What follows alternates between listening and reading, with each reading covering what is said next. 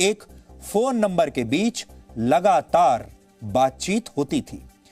ये जो नंबर है ये पीड़िता के बड़े भाई के नाम पर रजिस्टर्ड है, यानी ये जो सिम कार्ड है जिस फोन से बातचीत हो रही है ये पीड़िता के, जो अब इस दुनिया में नहीं है, उसके बड़े भाई के नाम पर यह सिम कार्ड लिया गया है।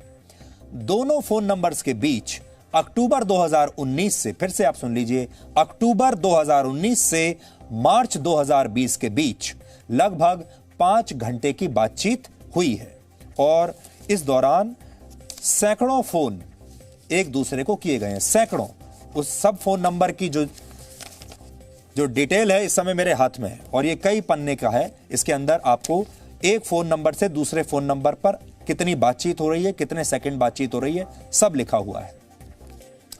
आज जब हमने पीड़िता के बड़े भाई से पूछा, यानी जिस लड़के के नाम पर यह सिम कार्ड लिया गया है, जब उससे हमने पूछा कि क्या आपकी संदीप से फोन पर कोई बातचीत होती थी, तो उसने इस बात से साफ इनकार कर दिया। आगे बढ़ें उससे पहले आप यह सुन लीजिए कि पीड़िता के भाई ने हमें क्या बताया इस बातचीत के बारे में। आपकी संदीप से बातचीत होती थी, जो सामने मतलब जो आरोपी है उससे कभी फोन पर बातचीत होती हो आपकी?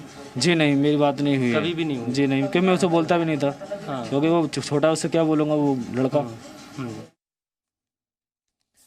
वो कह रहे हैं कि मेरी उनसे कोई बातचीत नहीं होती थी और मेरे पास जो एक एक पेज है, एक पन्ने पर 3260 सेकंड की बात है, अगले पन्ने पर 4650 सेकंड की बात है, उससे अगले पन्ने पर भी काफी लंबी चौड़ी बातचीत है। टोटल जो बातचीत है इस दौरान 4 घंटे और 57 मिनट की बातचीत है दोनों फोन नंबर्स के बीच में। 4 घंटे 57 मिनट का मतलब हुआ लगभग 5 घंटे। यानी पीड़िता का जो भाई है वो और जो मुख्य आरोपी है संदीप, जिसके बारे में कहा जा रहा है कि इसने पहले रेप किया था और फिर लड़की की हत्या कर दी, उसी संदीप के बीच और लड़की के भाई के बीच 5 घंटे की बातचीत का ये कॉल डेटा रिकॉर्ड है जो इस समय मेरे हाथ में है। इसमें सब कुछ है, कितने बजे, किस तिथि को, कितने बजे कॉल्स किए गए हैं, सारी चीजें यहां पर इसमें लिखी हुई हैं। हमने जानबूझकर इसमें कुछ जो डिटेल्स हैं आपको जो बताई हैं, मैं नाम नहीं बता रहा हूं क्योंकि नाम बताना यहां सही नहीं होगा। फोन नंबर भी हमने यहां पर छिपा लिया है क्योंकि वो बताना इस समय, क्योंकि इन्वेस्टिगेशन चल रहा है, सही नहीं होगा। लेकिन इतना आप जान लीजिए कि दोनों के बीच में 5 घंटे की बातचीत है, अक्टूबर से लेकर फरवरी तक। पीड़िता के भाई का यह बयान हमने आपको इसलिए सुनाया ताकि आप समझ सकें कि मामला क्या है। यानी कागज कह रहे हैं कि 5 घंटे बातचीत हुई है, लेकिन पीड़िता का भाई कह रहा है मैं उस संदीप से बात ही नहीं करता था।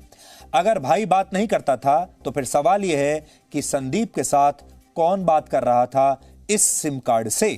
इसके बाद हमने हाथरस के भूलगढ़ी गांव के कुछ लोगों से बात की। इन लोगों ने भी यह माना कि आरोपी और पीड़िता के बीच संबंध थे और वो दोनों एक दूसरे से बातचीत किया करते थे। ये गांव के लोगों का कहना है और सबूत के तौर पर हमारे पास ये है। का मामला प्रेम प्रसंगा चल रहा था। कब से? करीब हो गए डेढ़ साल के करीब। क्या हुआ? आमने सामने इनके मकान है, तो ये तो यूं जाने पर था इनका प्रेम प्रसंग। क्या कभी कोई पंचायत भी हुई ग्राम में इनको लेकर? पंजाब घर भर के बैठ गए थे आपस में, तो उन्होंने लड़के को नौकरी के लिए भेज दिया। परिवार वालों ने बोला भाई ऐसी बात है, तो घर वालों ने लड़कों को नौकरी के लिए भेज दिया। प्रेम संबंध था, पर लेकिन कहा सुनी इतनी हुई कि तू अपने को लड़की रोक, बांध के अपनी लड़की तू रोक। दोनों ने ही एक दूसरे को समझाया बुझाया, पर लेकिन वो माने न माने इस बात को मुझे पता नहीं है। मैंने प्रेम संबंध में मतलब ज़्यादातर ये नहीं देखा जी दोनों एक जगह देखे, मैंने ये नहीं देखा, सुना ही सुनाया था प्रेम संबंध की बात। तो ये भी हो सकता है कि सिम कार्ड भाई के नाम पर लिया गया होगा, भाई का सिम कार्ड होगा और जो पीड़िता है वो उस सिम कार्ड का इस्तेमाल कर रही हो और वो शायद संदीप से बात कर रही हो। इस बात की संभावना है क्योंकि भाई यहां पर मना कर रहा है कि वो बात करता था संदीप से। लेकिन आगे बढ़ने से पहले एक बात स्पष्ट कर देना चाहते हैं कि संदीप के साथ संबंध होने का यह मतलब बिल्कुल नहीं है कि आरोपी पीड़िता की हत्या कर सकता है या नहीं कर सकता है। संबंध है तो भी